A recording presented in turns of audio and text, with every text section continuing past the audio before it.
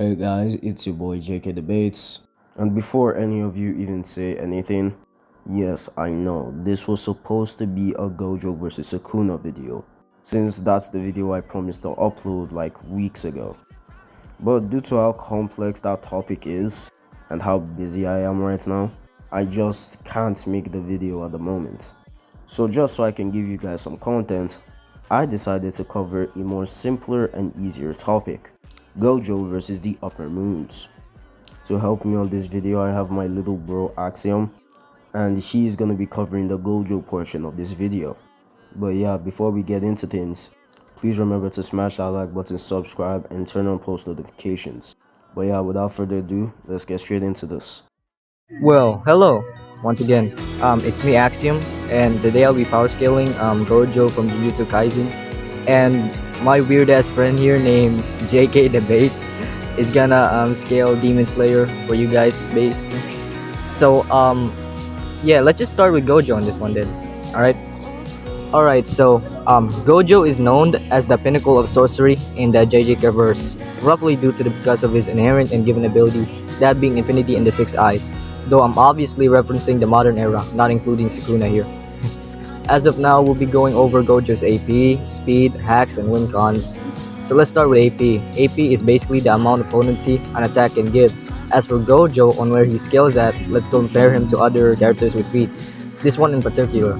Yuki was able to create a black hole, even narratively shown. She can create a black hole. Such black holes can depend on how much it can cause destruction, mostly, and it was specifically stated to be in the level of a planetary, that being able to cause havoc around the planet.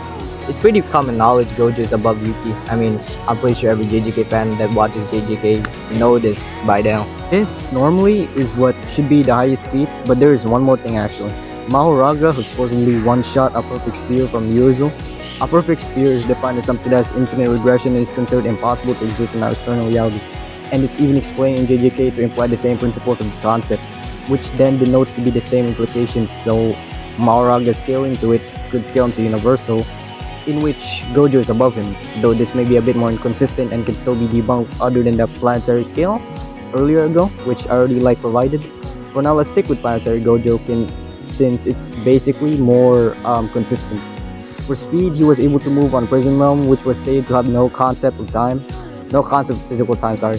Normally, it would scale to infinite speed, and for people bringing up Mach 3, that shit is a contradiction normally, because a weaker version of Maki can catch a bullet, which supposedly is weaker than that version of Maki who said it's Mach 3.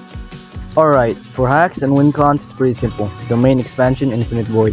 Infinite Void can attack the senses by bringing infinite sets of information to a person's brain. Then we have Hollow Purple, which erases people and can be either extended to 200%. Reversal Red is Repel in space, while Amplified Blue is attracting things from space. Then we have Black Flash and Six Eyes, and so on and so forth. So, in conclusion, we consistently got Gojo at planetary with infinite speed and hacks like spatial manip, existence erasure, statistics amplifications via Black Flash, and RCT regeneration. Plus domain expansion, which is guaranteed hits. So we got that out of the way. My part is done. To scale the Uppermoons properly, we're gonna have to scale them up the Hashira. So let's start off with their speed.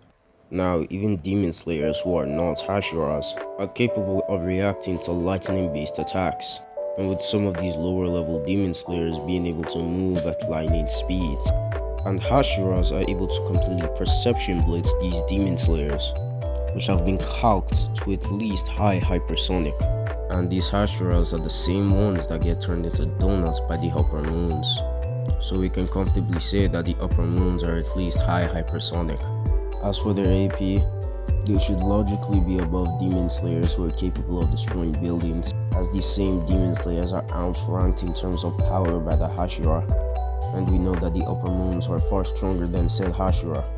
So that would mean that the Uppermoons are logically building level with high hypersonic speeds. Now that we have their scaling out of the way, let's see how they do against the strongest sorcerer of the modern era.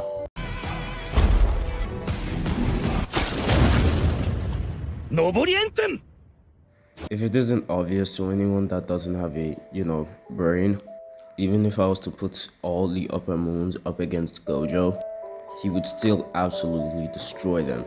as they realistically have no win cons. Some of you may try to bring up Akaza's compass needle. With his compass needle, he is able to sense his opponent's battle spirit and instinctively respond to their attacks with an appropriate counter. His ability is so powerful that it even allows him to adapt to his opponent's speed and strength, allowing him to become stronger than them.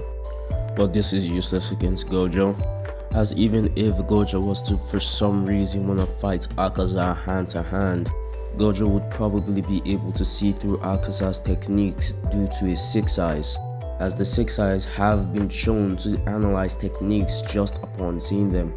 So Gojo would probably realize what Akaza was trying to do immediately, and that if Gojo even wanted to go into a hand-to-hand fight, there's no reason for him to actually fight Akaza. Akaza would try to attack Gojo, get stopped by Infinity, and then blown away with either blue or red. And for you Demon Slayer fans, I want to say that none of the Uppermoons can be killed without a Nichiren sword. Please shut the fuck up. Within the context of Demon Slayer, unless you use a Nichiren sword, you won't be able to harm a demon because the regenerative factor is too good. And that's the reason you have to cut off their heads with a Nichiren blade, as to sever their connection with their brains permanently. But the thing is, what are these demons actually gonna do if Gojo decided to throw a 200% purple at them? Nothing. It's gonna completely eradicate them, giving them no chance to regenerate. And this whole Nichiren blade argument gets contradicted in the show, as we have seen that demons can be killed with sunlight, their natural weakness. So unless you want to say that Gojo's red, blue, or purple is weaker than sunlight, yeah, I don't think the demons really have a chance here. And even if you want to double down on the Nichiren arguments, even if Gojo can't hurt them physically, he can still hurt them spiritually. And even if that doesn't work, Gojo can simply open his domain and fry their brains with an infinite amount of information.